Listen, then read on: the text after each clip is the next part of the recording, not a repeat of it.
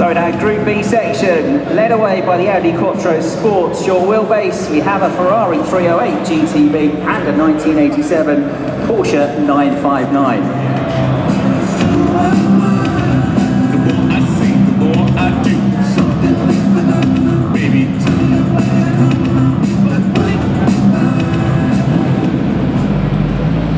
So the Audi Quattro Sport SWB, the first sports car with permanent all-wheel drive. The Rally Quattros rewrote the book. They were the first rally car to take advantage of the then recently changed rules which allowed the use of four-wheel drive in competition racing. And in 1981, Michelle Mouton became the first female driver to win a World Championship rally at the wheel of a 300 brake horsepower Audi Quattro.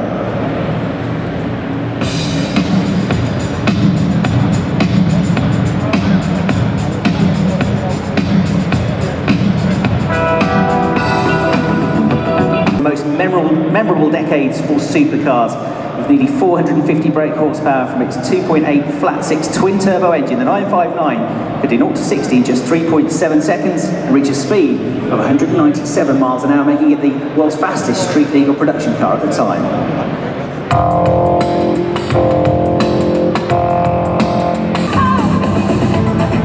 This is the Vauxhall Lotus Carlton.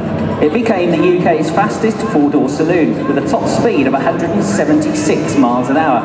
Powered by a 6-speed gearbox using a GM 3.6-litre straight-six engine, 2 Garrett turbochargers and twin water-cooled intercoolers, the car produced a shocking 377 brake horsepower.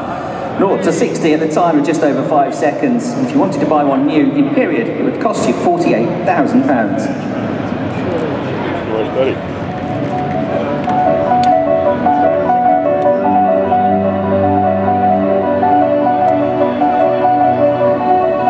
A super quick yet affordable car to 3 super quick supercars, all of which took that 90s obsession with speed to the next level and pushed through the 200-mile-an-hour barrier. We have the 1992 Jaguar XJ220, the 1992 Bugatti EB110 and a Lamborghini Diablo SV on parade for you now.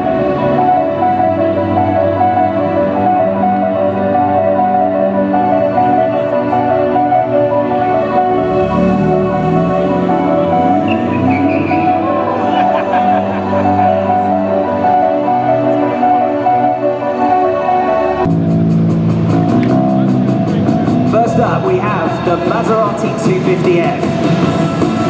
This is a Formula 1 racing car that was used in the 1950s, from 1954 through to 1960 during the 2.5-litre period. Made its debut in the 1954 Argentine Grand Prix, where Juan Manuel Fangio started the season with Maserati and then went on to take the title, took 2 wins. Sterling Moss took his first ever podium at the wheel of fame at the Belgian Grand Prix. And this is the car that Sterling Moss won the Monaco Grand Prix in 1956, also